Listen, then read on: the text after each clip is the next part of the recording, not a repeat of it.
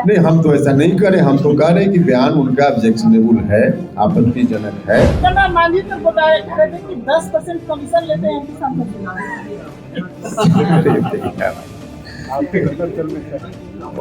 अरे आप लोग कभी कभी जैसे एजिटेट कर देते हैं ना, तो कोई आदमी एजिटेट क्षमता अंदर अपने अंदर विकसित कर लिया है कि एजिटेट नहीं होता है। देखिए, आगामी साल 2026 में बिहार कोटे के 5 राज्यसभा सीटों पर चुनाव होना है। वैसे में एक सीट पे उपेंद्र कुशवाहा पहले से चुने गए हैं, अब उनकी सीट खाली हो रही है तो उनके सीट पर भी चुनाव होगा। लेकिन चुनाव से ठीक 3 महीने पहले, क्योंकि अभी 3 महीने का समय बचा हुआ है, एनडीए के अंदर खींचतान नजर आ रही है। एनडीए के तरफ से कुछ नाम जो है वो चर्चा में हैं। जैसे अगर हम बात कर लें तो जदयू कोटे के जो 2 पुराने सांसद थे राज्यसभा के, वो दोनों फिर से चुनावी मैदान में होने वाले हैं। तो वहीं पर बीजेपी इस बार नए चेहरे को राज्यसभा में लाने के प्रयास में है, जिनमें नामों की चर्चा करें तो नितिन नवीन और पवन सिंह का नाम अभी चर्चा में है। वहीं अगर बात करें लोजपा कोटे से एक नाम है रीना पासवान, जो कि चिराग पासवान की मां है। तो ऐसे में एनडीए के अंदर जो है इस बात को लेकर खींचतान है, क्योंकि जीतन राम मांझी ने एक सीट पर अपनी दावेदारी पेश की है कि मुझे एक सीट मिलनी चाहिए। तो वहीं पर आज उपेंद्र कुशवाहा से जब चुनाव को लेकर सवाल पूछा गया तो उपेंद्र कुशवाहा काफी असहज नजर आ रहे थे। सीधे तौर पर हम आपको उनके पूरे बयान सुनवाते हैं, क्या कुछ कह रहे हैं। में कोई भी पार्टी चाहती है कि अधिक से अधिक विस्तार हो, नीचे तक हर व्यक्ति तक हम पहुंचे, तो स्वाभाविक रूप से अपने इस लक्ष्य को प्राप्त करने की दृष्टि से, और फिर हमारे प्रधानमंत्री जी ने बार बार कहा है कि देश को विकसित राष्ट्र बनाना है, और एनडीए की सरकार जो भारत में भी चल रही है, राज्य में भी चल रही है, यह सरकार लक्ष्य तक पहुंचे, जनता की सेवा करने का जो लक्ष्य सरकार का है, तो उस लक्ष्य तक पहुंचने के लिए संगठन की भी बड़ी भूमिका होती है। तो स्वाभाविक रूप से एक तो हम सब लोगों के लिए फख्र की बात है कि बिहार से ही भारतीय जनता पार्टी का राष्ट्रीय कार्यकारी अध्यक्ष, पूरी संभावना है कि आगे फुल फ्लेजेड राष्ट्रीय अध्यक्ष होंगे। तो बिहार के लोगों के लिए तो और खुशी की बात है, और मुझको लगता है कि इसी दृष्टि से भारतीय जनता पार्टी ने किया है कि जनता की सेवा का जो लक्ष्य है उस लक्ष्य तक पूरी पार्टी और एनडीए पहुंच पाए। तेजस्वी यादव जी को जनता के काम से कभी न इंटरेस्ट था, न आज है। तो इसलिए चुनाव में सिर्फ राजनीतिक लाभ मिल जाए इस मकसद से समय देते हैं, और बाकी फिर उसके बाद गायब हो जाते हैं। गायब होने का मामला उनके लिए कोई पहली बार नहीं है, इसके पहले भी गायब होते रहे। तो गायब हो गए, चले गए विदेश, क्या चिंता है उनको।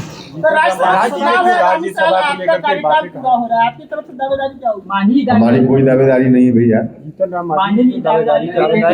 अब देखिए कौन दावेदारी कर रहे हैं। एनडीए गठबंधन में इस तरह की दावेदारी पर बातचीत एनडीए के अंदर होगी। हम सार्वजनिक रूप से ऐसी बातों पर हमने न कभी चर्चा की है, न अभी हम चर्चा करें। एक बार क्या करें, एनडीए के कई लोग कह रहे हैं कि राजद के कई विधायक जो है वो खरमास के बाद टूटकर लग रहा है ऐसा। देखिए स्वाभाविक रूप से महागठबंधन में जो लोग भी कुछ संयोग से कहीं कहीं जीत गए हैं, तो उनको जनता का भी प्रेशर होगा, और फिर उनको अपना भविष्य भी आगे। तेजस्वी यादव जी जो उस गठबंधन के नेता है वही गायब हो जाते हैं, तो उनको लगता होगा कि आगे भी भविष्य हमारा ठीक नहीं है। तो ऐसे लोग उधर से इधर आ जाए तो इसमें कोई आश्चर्य की बात तो नहीं होगी। सर, बीजेपी कोटे से पवन सिंह को राज्यसभा भेजा जा सकता है, इसको लेकर आप क्या समझते हैं? ये इसमें आप और हमारा कहाँ सवाल है, इसमें बीजेपी का सवाल है, पवन सिंह जी का सवाल। सर, इस मिलन समारोह में तमाम जो आपके विधायक है जो पटना में अवेलेबल है अभी नहीं, कोई जरूरी नहीं है कि विधायक सब कार्यक्रम में रहे, ऐसा थोड़ी जरूरी। प्रदेश कमेटी और जिला कमेटी, हाँ हो जाएगा, खरमास के बाद हो जाएगा।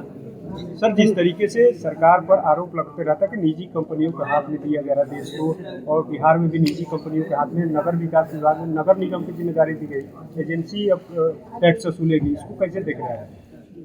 देखिए आप सारी चीज़ों को कोई प्राइवेट हाथ में दिया जा रहा है ऐसा नहीं है। जहाँ जरूरत के हिसाब से आवश्यकता है वहाँ किया जा रहा है।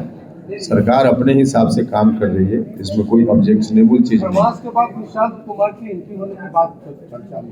अब इसमें हम क्या बताएं, हम तो चाहते हैं कि एंट्री हो जाए, लेकिन कब एंट्री होगी, नहीं एंट्री होगी, कैसे एंट्री होगी, हमारी पार्टी का मामला नहीं, कोई और पार्टी का मामला है। हाँ, हम तो अभी भी कर रहे हैं, कि एंट्री हो जाए। आपने कहा था सर कि बड़ा नुकसान हो सकता है समय रहते अगर ये फैसला नहीं लिया गया, संभावित नुकसान। इस बात पर हम अभी भी कायम हैं। जीतन राम मांझी तो बताया कह रहे थे कि 10% कमीशन लेते हैं किसानों से। आपके घटनास्थल में सर अरे आप लोग कभी कभी जैसे एजिटेट कर देते हैं ना, तो कोई आदमी एजिटेट क्षमता अपने अंदर विकसित कर लिया है कि एजिटेट नहीं होता है, और किसी आदमी के अंदर क्षमता नहीं, एजिटेट करके कुछ भी मुंह से बुलवा लेते हैं। तो बुलवा लिए हैं आप लोग, और क्या है उसमें? कुछ ये तो नहीं। खुद कह रहे हैं कि हम बहुत बर्दाश्त किए, पार्टी में रह के हम बहुत बर्दाश्त किए, अब वो क्या बर्दाश्त कह रहे हैं कि आप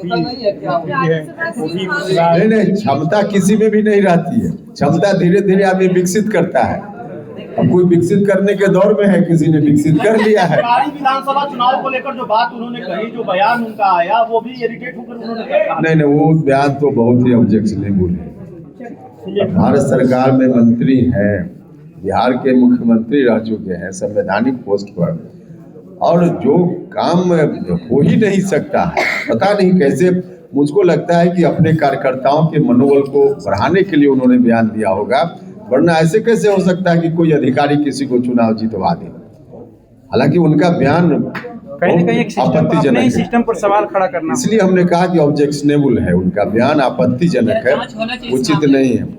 नहीं, हमने कहा ना कि इसमें उन्होंने अपने कार्यकर्ताओं के मनोबल को बढ़ाने के लिए ऐसा कहा होगा, इसमें कहीं से कोई सच्चाई है ही नहीं। तो कई जांच क्या मंत्री होगी? लीपापोती कर रहे थे, इसी वीडियो पर कर रहे थे, AI से एडिट हो गया तो मीडिया इसको बढ़ा चढ़ा कर लिख दिया, कर दिया। नहीं, हम तो ऐसा नहीं करें। हम तो कह रहे हैं कि बयान उनका ऑब्जेक्शनेबल है, आपत्तिजनक है, हम तो खुद कह रहे हैं। लेकिन उन्होंने अपने कार्यकर्ताओं के मनोबल को, हालांकि अब फिर भी नहीं करना चाहिए उनको, लेकिन किया होगा कार्यकर्ताओं के मनोबल को बढ़ाने के लिए। धमकी दे रहे हैं वो राज्यसभा के लिए, कह रहे चिराग को मिल गया, जदयू 2 सीट में जा रही है, बीजेपी जा रही है। हमने कहा भैया कि आप कुछ भी कीजिए, सवाल आप 100 तरह से कीजिएगा, जवाब मेरा वही होगा। मुझको समझ में आ रहा है कि आप मुझसे क्या कहवाना चाहते हैं। सवाल ये भी है कि फिर से बीजेपी आपको भेज रही है राज्यसभा, क्योंकि आ रहा है कि इस बार पवन इसमें आपका विषय कहाँ है भाई? ये आपका विषय है। आप जितनी साफ गोई से जीतन राम मांझी के बयान को आपत्तिजनक बता रहे हैं, भारतीय जनता पार्टी के पूर्व प्रदेश अध्यक्ष दिलीप जायसवाल ने उस बयान का बचाव किया और उन्होंने कहा कि सही तरीके से काउंटिंग हो। जीतन अरे भैया, बचाव तो हम भी कर रहे हैं, कह न रहे कि मनोबल अपने कार्यकर्ताओं का बढ़ाने के लिए बोल रहे हैं।